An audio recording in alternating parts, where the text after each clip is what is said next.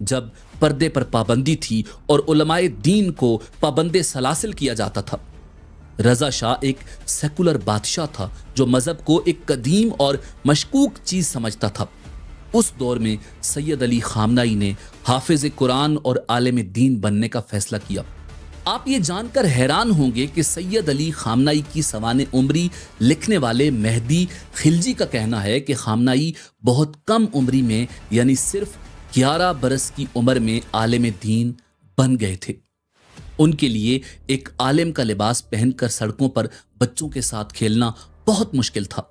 اس زمانے میں مشہد میں لوگ ان کا مذاق اڑاتے تھے۔ ان کی زندگی بہت مشکل تھی، لیکن سید علی خامنائی نے ہمت نہیں ہاری اور دین اسلام کی خدمت کا سفر جاری رکھا۔ بعد میں انہوں نے شادی کی اور ان کے 6 بچے ہوئے، 4 بیٹے اور 2 بیٹیاں۔ ان کے رشتہ داروں میں سے کچھ ایران سے باہر بھی رہتے تھے۔ ان کے بھتیجے محمود مراد خانی جو پیرس میں جلاوطنی کی زندگی گزار رہے تھے، اپنے چچا کو ایک ایسے خاموش آدمی کے طور پر یاد کرتے ہیں جو شاعری سے محبت کرتا تھا۔ مراد خانی کہتے ہیں کہ وہ بہت اچھے اور ملنسار انسان تھے، تاہم دلچسپ بات یہ ہے کہ میری یادوں میں ان میں کچھ خاص نہیں تھا۔ وہ کسی بھی طرح سے ابھر کر سامنے آنے والے نہیں تھے۔ وہ بہت عام انسان تھے۔ مثال کے طور پر مشہد کے رہنے والے سبھی لوگوں میں شاعرانہ رجحانات موجود تھے۔ تمام ایرانیوں کے پاس شاعری کی کتابیں ہوتی تھیں۔ کہا جاتا ہے کہ ابتدائی سالوں میں سید علی خامنائی بھی تمباکو نوشی کرنے کے لیے سگریٹ اور پائپ پسند کرتے تھے، جو ایک مذہبی آدمی کے لیے ایک بہت ہی غیر معمولی عادت تھی، مگر بعد میں انہوں نے سگریٹ نوشی ترک کر دی تھی۔ وہ شاہ ایران کے مرکزی مخالف جلاوطن عالم دین آیت اللہ روح اللہ موسوی خمینی کے حامی تھے۔ آیت اللہ خمینی ایران میں اسلامی حکمرانی لانا چاہتے تھے۔ سید علی خامنائی نے ملک کے اندر رہ کر آیت اللہ خمینی کے پیغام کو پھیلانے کی کوشش کی اور اسی کوشش کے دوران وہ 6 مرتبہ گرفتار بھی ہوئے۔ 70 کی دہائی کے دوران مارکسی گروپ بھی شاہ سے چھٹکارا حاصل کرنے کے لیے کوششیں کر رہے تھے، اور اسی دوران سید علی خامنائی اور ایک نوجوان کمیونسٹ ہوشانگ اسدی ایک ہی قید خانے میں مقید رہے، اور ایک عالم اور ایک کمیونسٹ کا یہ اشتراک اچھا رہا۔ ہوشانگ اسدی کے مطابق وہ ایک بہت اچھے انسان تھے۔ وہ چھوٹی چھوٹی چیزوں کے بارے میں مذاق بھی کرتے تھے، لیکن اس کا جنسیت کے ساتھ تعلق نہیں ہوتا تھا۔ اس سوال پر کہ کیا انہیں کبھی لگا کہ خامنائی ایران کے سپریم لیڈر بن جائیں گے، اسدی نے کہا تھا کہ کبھی نہیں اور کبھی نہیں۔ لیکن 1979 میں سب کچھ بدل گیا۔ شاہ کی حکومت گر گئی۔ آیت اللہ خمینی نے پیرس سے آ کر اسلامی جمہوریہ ایران کی بنیاد رکھی۔ ایران میں علماء کی حکومت آ گئی اور سید علی خامنائی بھی ان میں سے ایک تھے۔ 1978 سے 1979 کے ایرانی انقلاب میں وہ ایک نمایاں شخصیت کے طور پر ابھرے، اور انقلاب کی کامیابی کے بعد نو قائم شدہ اسلامی جمہوریہ ایران میں متعدد مناصب پر فائز رہے۔ انقلاب کے بعد وہ ایک قاتلانہ حملے کا نشانہ بھی بنے، جس کے نتیجے میں ان کا دایاں بازو مفلوج ہو گیا۔ سید علی خامنائی کا دایاں بازو مفلوج رہا۔ بعد کے برسوں میں بھی اسرائیل کی جانب سے ان کے خلاف قتل کی دھمکیاں دی جاتی رہیں۔ وہ ایران عراق جنگ کے دوران 1981 سے 1989 تک ایران کے تیسرے صدر رہے، اور اسی عرصے میں ان کے سپاہ پاسداران انقلاب اسلامی سے قریبی تعلقات قائم ہوئے۔ 1989 میں خمینی کی وفات کے بعد مجلس خبرگان رہبری نے انہیں سپریم لیڈر منتخب کیا۔ بطور سپریم لیڈر خامنائی نے ایران کے جوہری پروگرام کی پرامن مقاصد کے لیے حمایت کی، جبکہ فتویٰ جاری کر کے وسیع پیمانے پر تباہی پھیلانے والے ہتھیاروں کی تیاری کو حرام قرار دیا۔ انہوں نے ایران میں صنعتوں کی نجکاری کی حمایت کی اور تیل اور گیس کے وسائل کے ذریعے ایران کو توانائی کی سپر پاور میں تبدیل کرنے کی کوشش کی۔ ان کی خارجہ پالیسی اخوانی شیعت اور ایرانی انقلاب کو پھیلانے کے تصور کے گرد گھومتی رہی۔ خامنائی نے سپاہ پاسداران انقلاب اسلام کی ترقی میں مرکزی کردار ادا کیا اور اسے داخلی کنٹرول اور علاقائی اثر و رسوخ کا بنیادی آلہ بنا دیا۔ ان کے دور میں ایران نے شام کی خانہ جنگی، عراق کی جنگ، یمن کی خانہ جنگی اور غزہ جنگ میں حمایت کی، یہاں تک کہ روس یوکرین جنگ میں بھی پشت پناہی کی۔ اسرائیل اور صہیونیت کے سخت ناقد کے طور پر انہوں نے فلسطینیوں کی اسرائیل فلسطین تنازع میں حمایت کی۔ ان کی تقاریر میں اسرائیل کی تباہی کے مطالبات اور بعض یہود مخالف نکات بھی شامل رہے۔ ان کے دور میں ایران اسرائیل اور سعودی عرب کے ساتھ پراکسی تنازعات میں ملوث رہا، جبکہ 2025 اور 2026 میں اسرائیل اور ریاستہائے متحدہ کے ساتھ کشیدگی بڑھ کر ایران اسرائیل جنگ 12 روزہ مسلح تنازع اور جاری حملوں تک جا پہنچی، جو آج بھی جاری ہے۔ سید علی خامنائی کی شادی منصورہ خجستہ باقرزادہ سے ہوئی، جن سے ان کے 6 بچے ہیں، 4 بیٹے مصطفیٰ، مجتبیٰ، مسعود اور میثم، اور 2 بیٹیاں بشرا اور ہدا۔ ان کے ایک بیٹے مجتبیٰ کی شادی غلام علی کی بیٹی سے ہوئی۔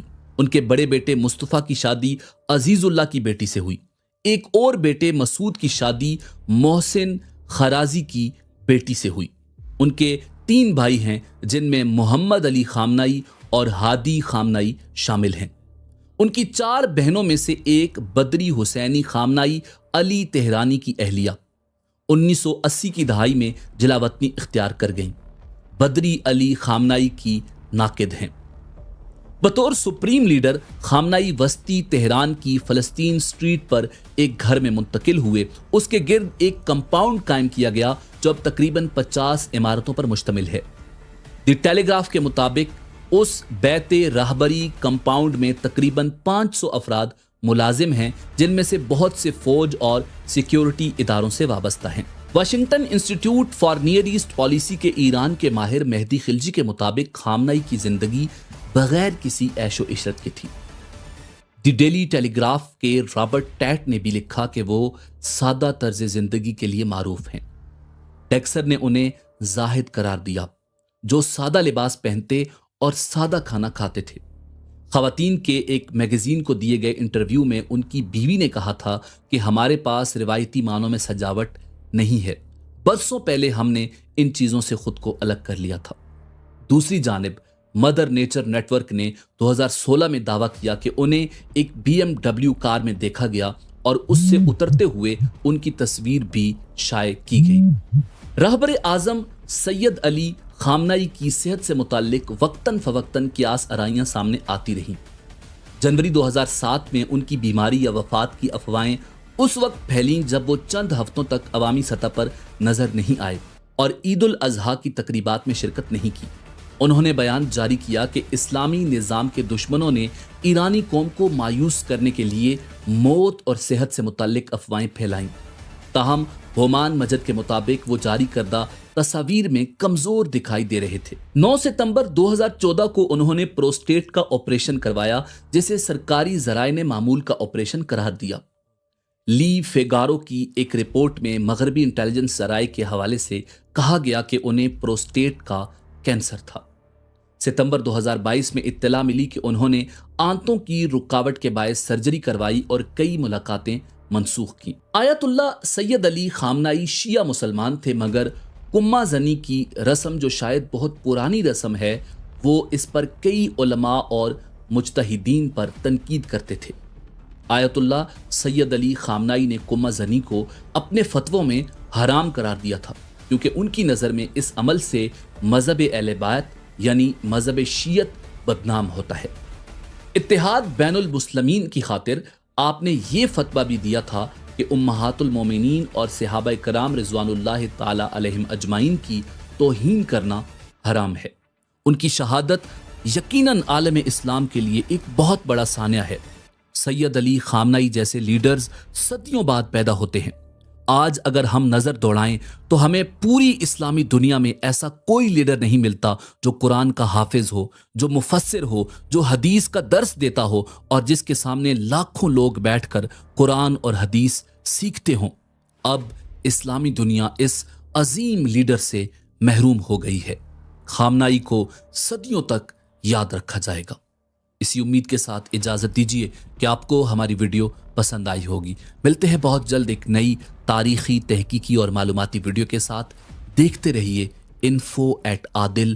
اللہ رب العزت آپ کا حامی و ناصر ہو۔